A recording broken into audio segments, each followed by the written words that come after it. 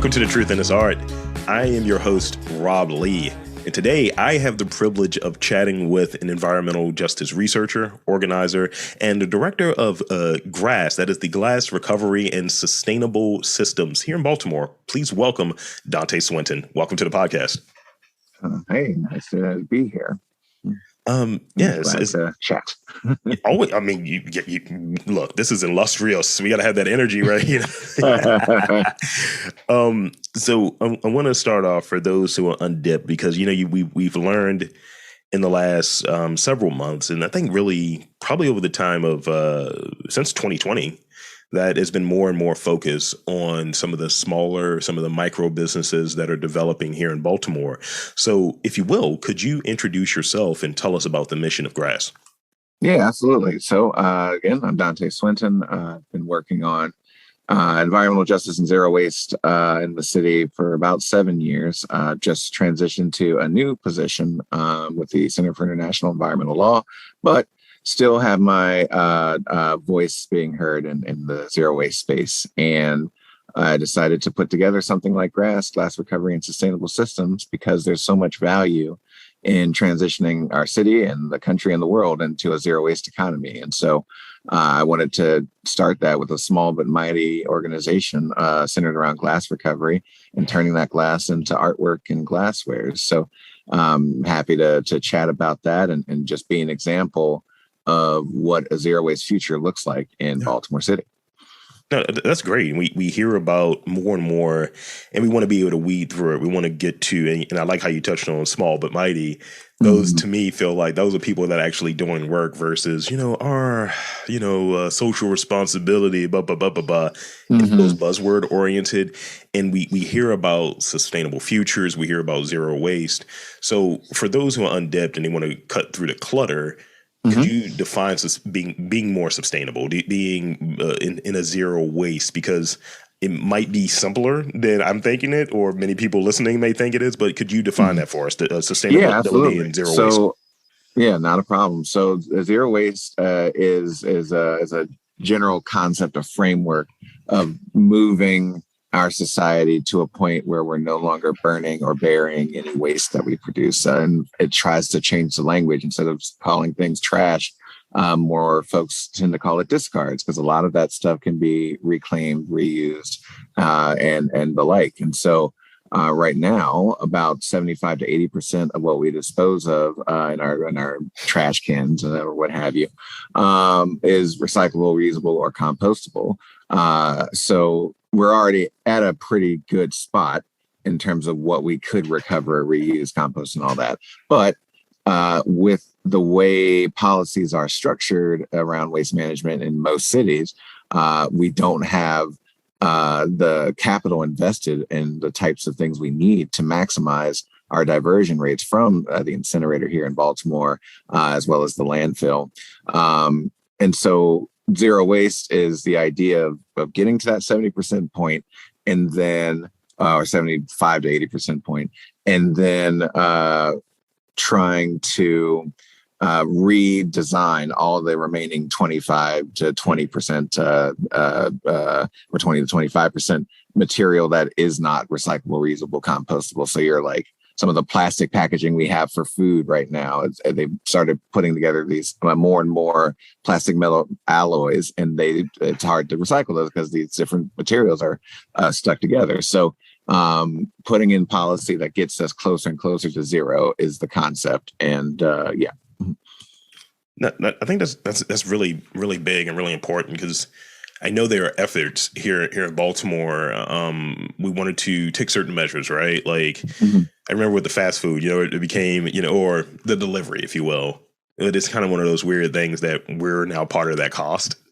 So you order something, it's like, oh, so for me to get the thing, I have to pay for a paper bag. It's like, why don't we get past the whole plastic thing? And I think it's a hard selling point. I think it's kind of like, this is a good idea, but also we're not going to really invest in it. And it's odd to me, because I do the meal kits, right? And I just got one yesterday, and I noticed that they've put an effort in to have more, like being able to ship their stuff, because you want to make sure the stuff is safe. but it's less plastic, it's less waste in it. And I was like, all right, chances are made, but also is that part of inflation too, that you don't want to have that overhead. It's like, which one is it? Is it business or is it doing right? And the fact that you're touching on like, this is more of the doing right side of things, because when you hear zero waste, you're like, what's zero? But when you're breaking it down the way that you did, it's like, there's a 70% that we're looking at, and what can we do with that remaining, or 75% or so? What are we doing with that remainder? Because, not everything, and maybe that leads to innovation. Maybe that leads to, we can make something out of, let's say, a watermelon rind, or we can make something that's, storageable for that. And we're growing that versus we're making it. And, it's something that will, decompose at a certain rate, and it's not going to be in those landfills. Cause I don't know about you, but when I'm walking around the city, I almost get that Native American, teardrop thing that's going on. Because, over here in East Baltimore, it's like, it's this blighted sense that you see these abandoned, you see these empty houses, and people are like, I'm just going to throw this chicken box on the ground. I don't care. And it's like, can we do something about that? Where does this stuff go? Take pride in what we're doing. Right. Yeah. I mean, and so a couple of things. One, are you doing HelloFresh? I'm not doing HelloFresh. I'm doing MegaFit right now. I got to do the bodybuilder thing. I don't know if I know that one, but I usually do HelloFresh. It's been not too bad. I sometimes get boxes ordered that I didn't mean to order, and I have to try to get a request on a refund. But generally they're pretty good. So shout out HelloFresh. But this podcast is brought to you by right, exactly. Oh man, Sports Editors Top 10. Anywho, but I agree. I think that it could be a combination of folks trying to minimize packaging, both for an environmental aspect, but also trying to minimize their total costs with everything being suffering from this massive inflation we've had. But yeah, I also have that feeling of the presence and prevalence of things that could have been recycled being on the ground, or things that weren't, not being in a garbage can or what have you. But I think there's also just been a major disconnect with the city in terms of what its waste management policy looks like versus what actually could be done. Like, we rolled out large 65-gallon recycling carts, which was a victory for my old org and all the other orgs we work with, like South Baltimore Community Land Trust and all those folks. Yay, step in the right direction. But the city has never put a lot of money behind education around recycling or even getting to composting. And because they've strictly depended on the trash incinerator since 1985. And that, there's a lot of classist and racist aspects to depending on the largest polluter in the city for nearly 4 decades. And so, for example, when they rolled out the trash carts in 15 to 16, they did a pilot in Bel Air, Edison, and Mondawmin. And they gave everyone the 65-gallon trash cart, but also gave everyone a 25-gallon recycling bin. Now, it should have been the same size, but that's neither here nor there. But they saw, and they gave a little bit of education around what needed to go in the recycling bin. And in the results that they had, they saw that people were recycling more because they now had a bin and now knew what needed to go into it. But when they had to make the decision of what they were going to roll out, they just decided to give everyone trash carts and not spend the money on giving everyone a recycling bin. So they just gave up on the opportunity to get more people aware of what's happening in terms of all this waste going to the incinerator when it could be recycled, and obviously other things being composted. So there's just never been a full scale effort to make us into a city like in Oakland that has a greater level of diversion and whatnot, is a city of color. And there's this, for whatever reason, I know the reason, but for thinking that Baltimore is too poor or too black has been a constant in terms of trying to build up greater environmental justice in the city. And it's just very enraging that mayors after bureaucrats, after more bureaucrats, after council members have not just called that out and recognized that we need to go in a different direction. But I'll stop there. No. I think in part, and thank you for that, because I think in part there are certain things that are low hanging fruit. Like, there are systemic things that are here, and I think one of the things that's often, and this is how I'm going to bring it back, and I'm going to show you one of my skills.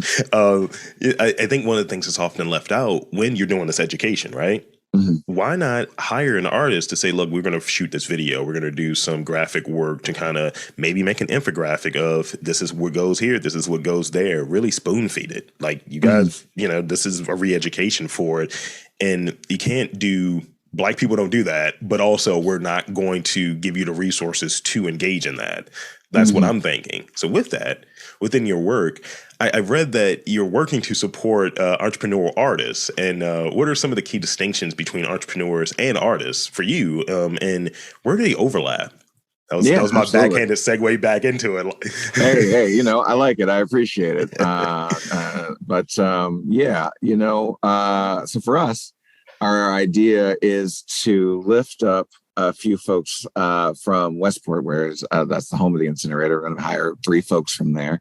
And they're going to be able to learn alongside me, because I have not done glass working yet. There's going to be a lead glass artist. They're going to be like a co-manager with me.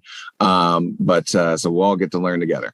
But the idea is to have them come in and be able to develop a new skill and ultimately garner a co-ownership stake in grass.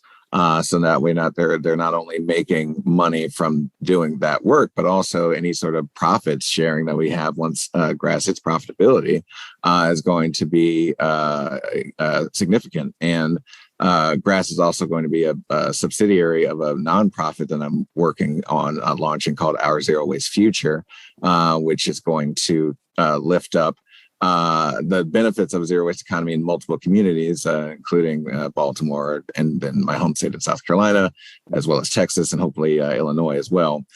So that's coming down the pipe, hopefully. But and then in addition to that, and to getting those workers out of Westport to become new POC entrepreneurs, we want to have artists that are sculptors, painters, musicians, jewelers, whatever, be able to have a space that's affordable for them to rent to sell their work, and just make a greater connection to the arts community in that way. So we want to touch base on on developing entrepreneurs, while also providing space for entrepreneurs that are not connected to glass work to come in and be able to sell their stuff and strengthen their economic stability and what have you. And I just think that's a really powerful tool to get grass's name out there, but obviously also get their name out there too.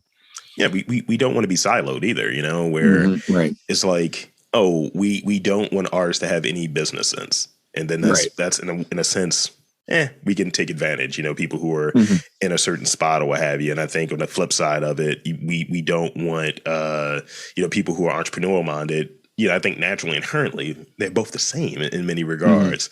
It's like, if you are an entrepreneur, you have to find creative ways to solve problems. Absolutely. You're working on fringes, and, with these micro businesses and such, you're doing a lot more small but mighty. And I think, artists, they're selling their works, they're selling their time, they're selling their skills. So, if you're going to work with a glass artist or what have you, you're speaking with art. You have to be somewhat more mindful than you normally would be. It's like, is this the best glass artist I can find? Can I find somebody else? Or, what kind of stuff are they working with? Or what temperature you blowing at? You start asking questions in that vein. So I read that this next question is very interesting to me. So I read that you ran for mayor in 2019 and 2020. Yeah, that is correct. What was that experience like? Any of those key learnings, and what surprised you? Yeah, I mean that my first thing was that was an experience. I mean I chose to run. Knowing that we just had 2 of the last 3 mayors just like, I guess had to resign that were had been elected or whatever, and that's crazy in itself. But compost Kevin or what have you? No. Yeah, not like Healthy Holly. What do I know? Right, and it's just maddening to see that, but also just ongoing dependence on very archaic approaches to dealing with the root causes of situations here in the city. And like, and let's keep adding more to our $500 million police budget. That seems great.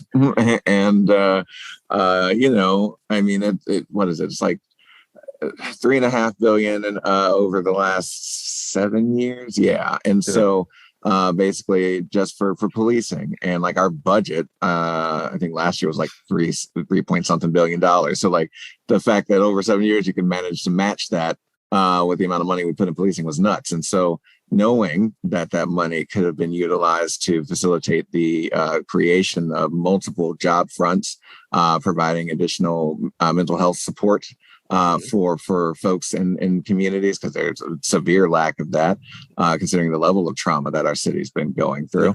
And, paying our teachers more, expanding the circulator to provide access for folks, like all those things just got to a point where I was like, all right, well, even without having a lot of money, I needed to jump in and at least call this out. And so, without ads or whatever, which is unfortunate, that people came to forums, they came to the environmental forums, they came to, I think, the Morgan State one, like all these different spaces. If they heard me, they understood where I was coming from, and they liked that I actually answered the questions provided. People seem to be very disinterested in doing that. But that's a great question. Moving on to a different thing. Right, exactly. But all that being said, yeah, I mean, it was cool to just be able to put that out there and have people like say, yeah, like that dude's saying some really like important stuff. I was going to curse. I don't know where we're going with this. Is this G-rated? Yeah, it was cool. And like, I feel like, I don't know, I thought about potentially throwing my hat in the ring again in 24, but with grass starting to get off the ground, I may need to push it back to maybe 2028. But I still think we're not doing enough, and leadership is not like challenging the root causes of anything in the way that it should be. So we'll see. But you may see my name on there again at some point. I think one of the things that happens is, and I'm sure I'm going to get flack for this, but I think it's valid.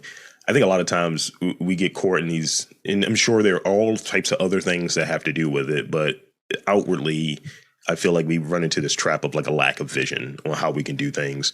And, going back to one of the things that you touched on in terms of budget, right? When, we first started talking about defund the police and all of this different stuff, I'm a data analyst, so I'm going to look at the numbers immediately. And I was like, okay, you guys released this budget, and your budget is saying this is happening. This is what people mean. And I was like, we need to stop we're not marketing people. We may do things that sound cool, but I think, I will put it this way. I don't know what the word codify means, right?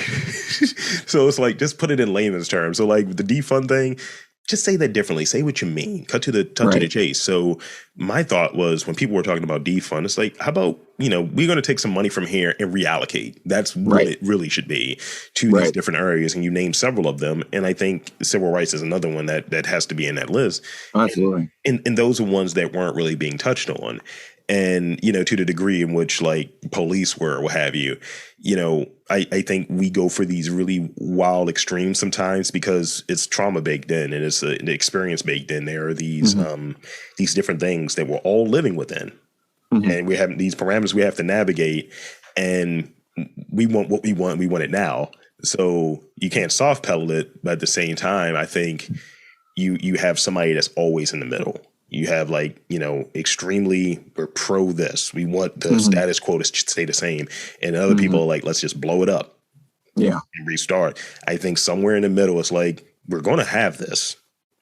How do we work within these parameters to get more, and a substantial more, not like an inch? We're talking about, we want feet, Yeah, absolutely. Yeah. Like I agree. I mean, I think that's the thing I tried to underscore in my campaign. It's like, I don't want to no, that's a lie. Being a politician already, yeah, exactly. I fit right in. Brought to you by HelloFresh. But let's see.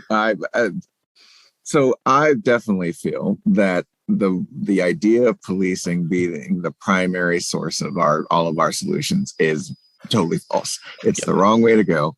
And in my my proposals platform or whatever, I wanted to move at least $200 million out of that budget and into things such as my poverty, erasure, and community enhancement zones, or peace zones. Yeah. And the idea was to spend about $12 million on revamping homes in communities like your Sandtowns and Park Heights and what have you, and then setting up space for ownership for folks in those communities to now have access to home ownership, that they get rent subsidies for a couple of years. They would get the educational tools needed to move towards home ownership and set that up, but also the need for access to community grocery stores and co-ops and what have you. Yeah. Like that made far more sense to spend that police money on those investments and actual real efforts to create jobs in those communities, particularly zero waste jobs, than it does to spend another $500 million on a thing that has not made any sort of dent on the structure of the city. And I would want to have continued to diminish that amount of funding for the police, because I don't believe in them being the savior of the city. And it's very radical space, but sometimes you got to go in a different direction because obviously it's not working right now. So and I also understand that some folks perceive police as the folks that will keep them safe, but obviously other folks feel that that's not the case, and obviously a lot of communities have experienced it not being the case. And so it was a very radical platform, and I think it'll, potentially be even more radical if I run again.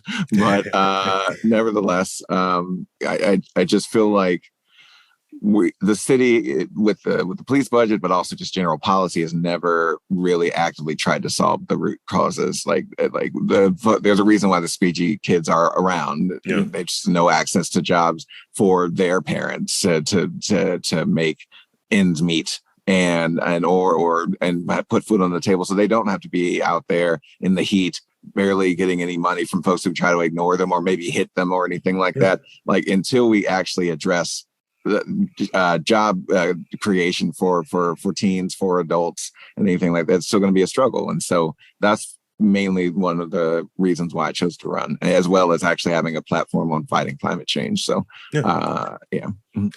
There's and before we leave this and go to the next question, there is this sense that, at least from what I'm seeing, and maybe I'm wrong, but usually I'm not.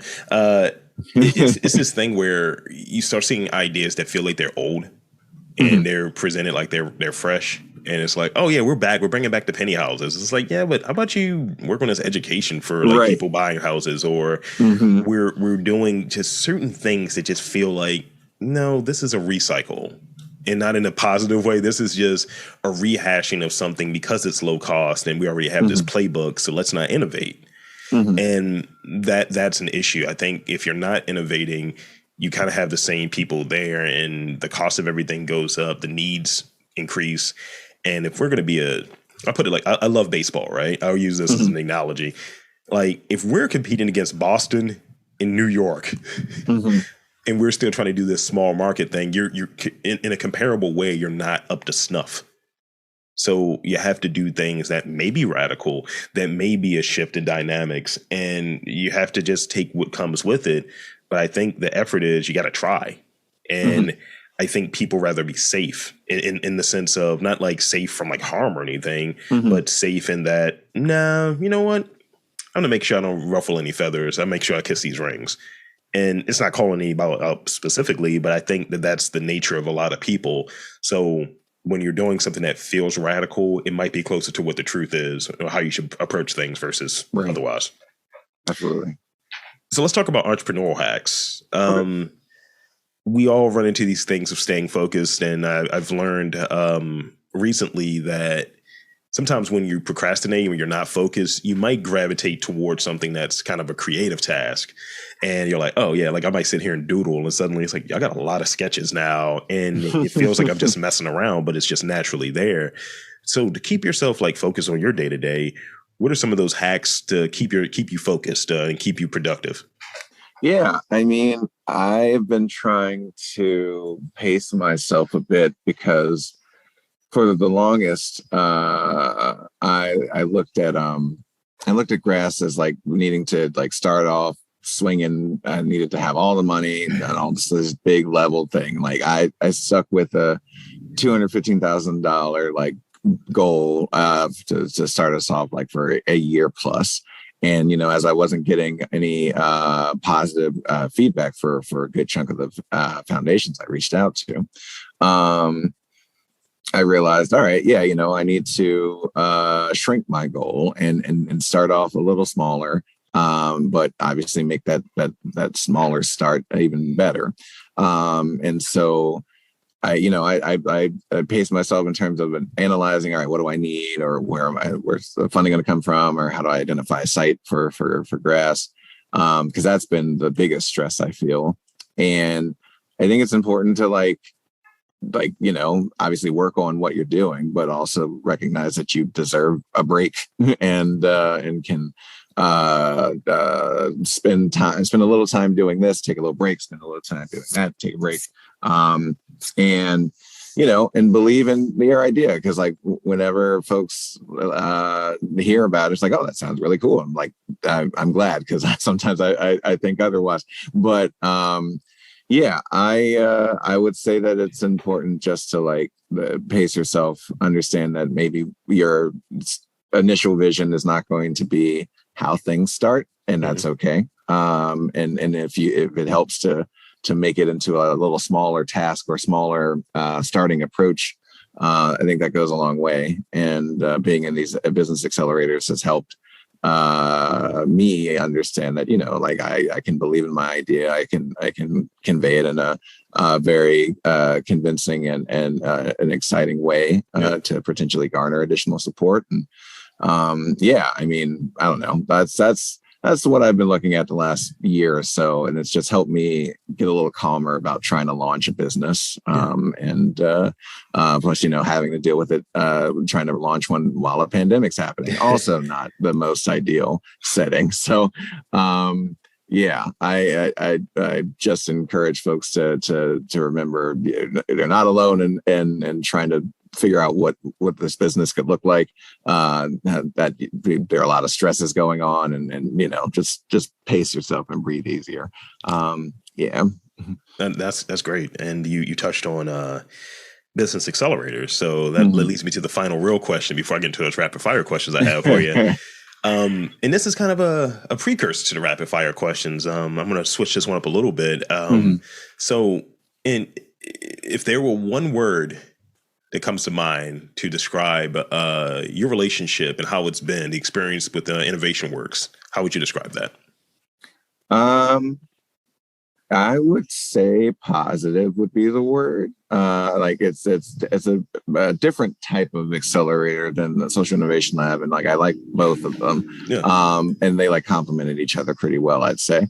I like how I've been having some of my assumptions challenged or needed to be able to clarify why I was assuming X, Y, and Z and whatnot. And I think they are super helpful in helping you figure those things out, because I had a couple of ideas on, how I was going to create revenue. And I learned maybe a couple months in that I was still looking at my budget from a nonprofit lens and not a for-profit lens. And that just shifted my mindset for the rest of this program. I was like, oh, okay, that's the thing I was doing. And now it makes far more sense to have looked at it in this other way. And therefore I can adjust my numbers as necessary. But yeah, and you meet just so many great people in Innovation Works and SIL and what have you. And so, I would say it's been pretty positive. And I'm definitely looking forward to the showcase and to the upcoming pitch practice next week. I'll be in Toronto, so I'll have to chime in for a little bit or whatever. But yeah, it's been good, and it's just great to meet so many cool people doing a lot of great things in the city, and that it's those voices that need to be supported even more versus waiting for like, an Amazon to come into the city or whatever. Like actually lift up these small businesses, these small but mighty visions to better our city, and that would go a long way. Yeah, and that's ultimately how you and I got connected. So big shout out to the fine folks at Innovation Works. Indeed. Not Indeed, never Indeed. I was just in Austin, and their headquarters is down there. So whenever you were walking around, you just see the big Indeed building. And I was like, boo! Right? Yeah, I haven't used Indeed in forever. So, it's been a thing in the background of life for me, which is good. So I got some rapid fire questions for you. They're all over the place, but the key to them is to try to answer them as quickly. Brevity is key here. So let's rock and roll with it. In terms of iconography, what key image comes to you when you think of Baltimore? Orioles. Okay. You're doing well so far. I would say the same thing. What's an old TV show that never gets old to you? Like something that you're binging, but it has to be like an old TV show. Okay. Fresh Prince or Friends. Okay. I've been on a Miami Vice deep dive recently. Oh, nice. It's been great. It's been like, I was like, look, I'm going to put on some pastels and roll up the sleeves. It's going to be great. Favorite childhood memory? Oh man. I don't know. I guess this depends on how we define childhood. If we're saying pre-18, then like ice storm leading to crazy Christmas party and staying at my best friend's house for like 5 days because everyone else had no power, and it was just a really good time. That sounds like a win. It sounds like fun to me. Last two I got for you. Both of these are kind of food related. Chocolate or vanilla? Vanilla for ice cream. I don't understand chocolate ice cream. Never have. Oh, you're one of those. No, vanilla is good for ice cream. Vanilla is good for ice cream. Chocolate cake, though, always chocolate cake. Oh yeah, chocolate cake's good though. I'll do that. Just ice cream, I never understood it. I don't know. There's too much happening. I can't deal with like white chocolate because it's fake. Oh no! My partner loves making fun of the fact that I do love white chocolate. Oh no! But I also like milk, and then I have more appreciation for dark chocolate in recent years. So I'm across the board. All right, last one I got for you. Salty or sweet? Ooh, sweet. I definitely have a big sweet tooth. I also have a big salt tooth, probably. So, it's like both. Like, where's that salted caramel? Right, exactly. Oh man, that's some pretty good stuff right there. So that's pretty much it for me. And I want to thank you for coming onto this podcast and sharing your work with Grass and some of your background and your story running for mayor. And if you will, I want to invite you to tell the fine folks where to check you out, check your work out, website, social media, all of that good stuff. And thank you again for coming onto the podcast. Oh, yeah, absolutely, Rob. I appreciate you reaching out and being interested in chatting with me. Folks can go to Instagram and Twitter and find Grass Be More, BMORE. And on Facebook, we're Grass Baltimore. Website is grassbemore.org. And I think that's all of them. Email is also grassbemore@gmail. So connect with us. I'm really excited. Finally found a site, I think, in Pigtown. Nice. So folks can commute not too far for the gig, and that'll be launching hopefully in September. So I'm really excited about that. It's wonderful. So there you have it, folks. I want to again thank Dante Swinton for coming on to the podcast and sharing some thoughts, sharing some stories. And for Dante Swinton, I am Rob Lee, saying that there is sustainability, community engagement, all of that good stuff in and around Baltimore. You just got to look for it. Howdy. Rob Lee here, your friendly neighborhood podcaster, and I wanted to tap in real quick for two reasons. One, to thank you again for checking out this podcast, subscribing, sharing, all of that good stuff. And two, I wanted to introduce this week's theme. We're working with some local businesses. It's a partnership with myself and Innovation Works. What's Innovation Works, you might be asking? Well, let me tell you. Innovation Works is a Baltimore-based nonprofit with the mission to reduce Baltimore's neighborhood and racial wealth divide by supporting and accompanying leaders of social enterprises working to create sustainable neighborhood economies. Their strategy includes identifying and supporting social entrepreneurs, focusing on neighborhood-based strategies, leveraging social enterprise business models to increase economic activity, and solving critical social challenges in communities by leveraging the lived experiences of those living in and from those communities. So big shout out to the folks over there at Innovation Works. Find out more about them at iwbmore.org.